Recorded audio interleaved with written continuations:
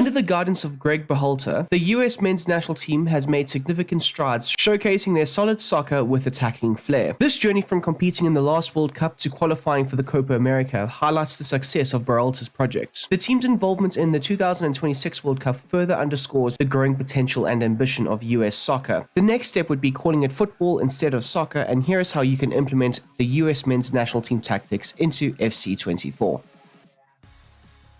Berhalter typically plays a 4-3-3 formation, but this can shift and change into a 4-2-3-1 setup. With certain individual player instructions, you will tend to see this double pivot formulate when using the 4-3-3 holding system. A double pivot of Adams as well as McKennie does tend to help on both the defensive end and of course in the build-up play. The US men's national team will often look to build out their attacks from the back, transitioning from the defense to the attack very quickly. This will help them capitalize on space through fluid rotations and ball movements.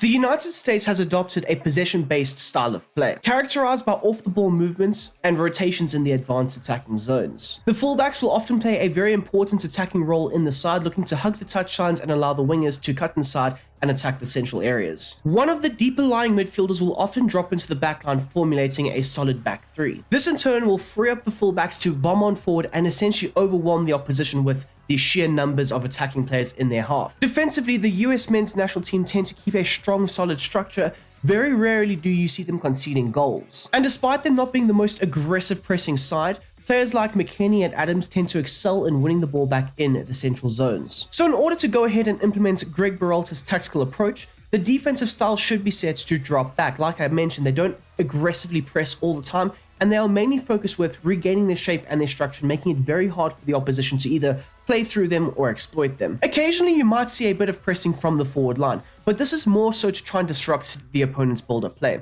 The individual play instructions will have the forward line aggressively pressing, and this will help implement this successfully. The US typically will defend in a very compact central structure, flooding the opposition into the wide or long channels. And this is where the side will look to collapse the defense, win the ball back, and launch counterattacks. The depth of the side is set to 50. Now this will essentially balance out a cautious defense with a progressive attacking brand of football. The offensive builder play of the side should be set to balanced. This setting will incorporate the possession-based style of football that the US men's national team are so well known for, whilst also allowing them to create that transition counter-attacking football that they are also very good at exploiting the opposition with. On a consistent basis, the US will look to build their attacks from the back, incorporating the slow build-up approach. But at the same time, you want to have that fast-paced transition, so the forwards will always be looking to seek space in behind and exploit the opposition with their pace. The chance creation of the side should be set to direct passing.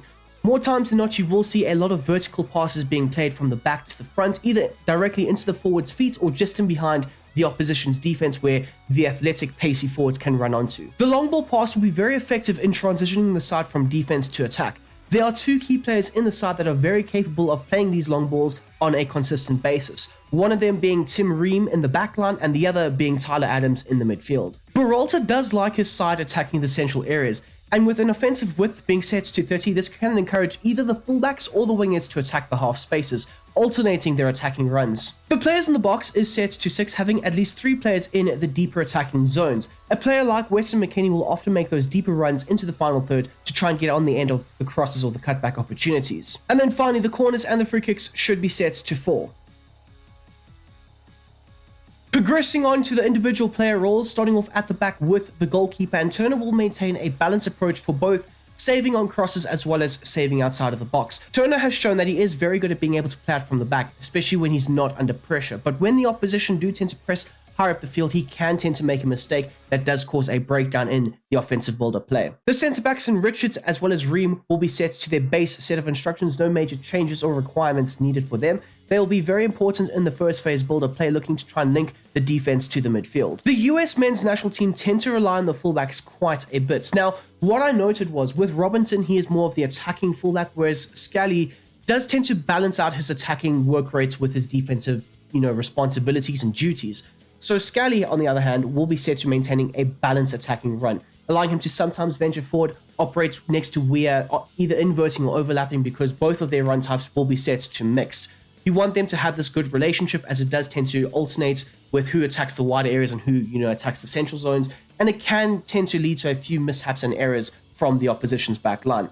So as you'll see here for Robinson, like I said, he's more of the attacking fullback. He will look to combine frequently high up the field with the likes of Pulisic, looking to overlap him a bit more as well. But we do tend to see him also operating in those more central zones at times. The role of Tyler Adams. Now, essentially, he will be the deep lying playmaker, and this will help him slot into the back line, formulating that back three at times. You also want him to try and cover the central zones. But what I noted from him was he doesn't necessarily always stay back. He does tend to venture forward, operate slightly higher up the field, link the play, rotate the ball in that final third if he is up there. So he does have a nice balanced attacking support at times. Aggressive interception should be applied, and he is the only outfield player apart from the front three that will have this, as he does tend to aggressively press higher up the field at times. Now, Weston McKennie will operate as the box-to-box player, looking to help formulate that double pivot that I have spoken about alongside Adams, looking to either break up the play or help facilitate the first phase offensive build-up, as well as he does tend to operate in the final third very effectively, either being on the edge of the box or very involved in the attacking third. So you want him to be consistently breaking into the box, making those late runs as well. Normal interceptions will be applied for him, as well as cover the center and stick to position. Gio Reyna in this system will be seen as more of the advanced playmaker, looking to operate almost as a number 10, especially when that double pivot is formulated. He will be the most attacking of the three midfielders. So you want him to be able to get forward and, like I say, link the play between the midfield and the attack. The balanced crossing runs makes the most sense because he's not really known for his ability to break into the box. He can do it every now and then and get on the end of the crosses and cutbacks, but he more so will look to rotate possession and facilitate offensive movements. Interception should be set to normal, and you want him to cover the central zones as well as stick to position. All of your midfielders will look to remain compact and tight in the central zones, looking to try and break up the play from the opposition. Christian Pulisic in this system will operate as a left winger, but he will be given the license and the freedom to drift wherever he is needed, whether it's linking the play in the central zones or attacking out wide and combining with the likes of Anthony Robinson. He will also look to help out Anthony Robinson down that left-hand side with the defensive duties. The support runs is set to basic, as he doesn't always just look to penetrate and get in behind, especially for the US men's national team. He is a bit more of a figure point in the attack, and you do want him sometimes drifting a bit more centrally and combining with the other midfielders. The interception should be set to aggressive, as I did mention earlier. They don't overly press, but every now and then you do see one of the forward players just applying a bit of pressure to the opposition's backline or their goalkeeper. And finally, the supports on crosses should be set to balanced. Weah will be deployed as the right wing, so he will also be set to come back on defense, looking to try and help support the likes of Scally down that right-hand side. At the same time, the chance creation is set to maintaining a balanced width. Now, more so because Scally doesn't always get forward, he will look to hug the right-hand side touchline, but if the right back does attack, he can look to alternate the attacking patterns and either cut inside or stay wide.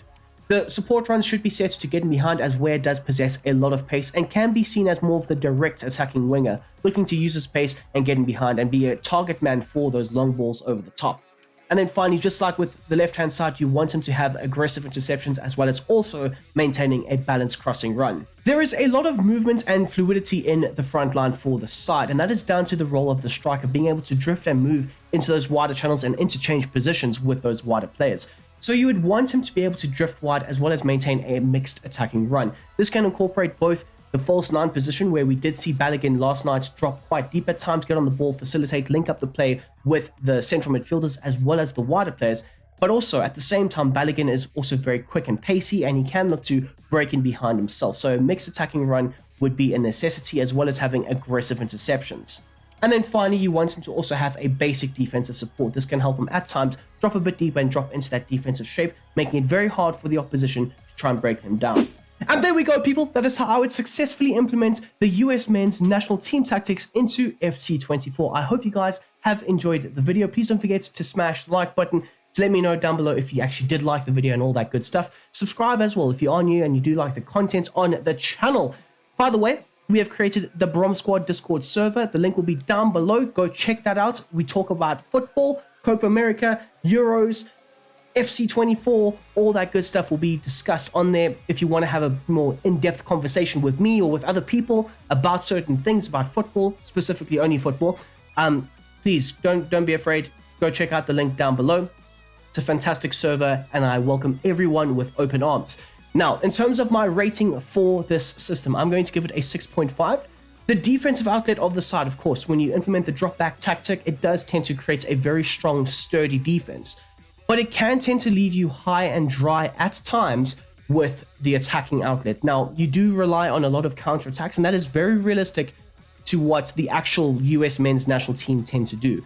So the counterattacking football is great, but I don't overly enjoy playing just counterattacking football. I like having control, possession, dominate the opposition, which you might be able to do every now and then. But against the better sides, you kind of lack the stability to create that good offensive, progressive offense all the time. So that's why I've given it a 6.5 rating, which isn't the worst rating in the world. It's not the worst, set of tactics, but you guys will have to let me know down below.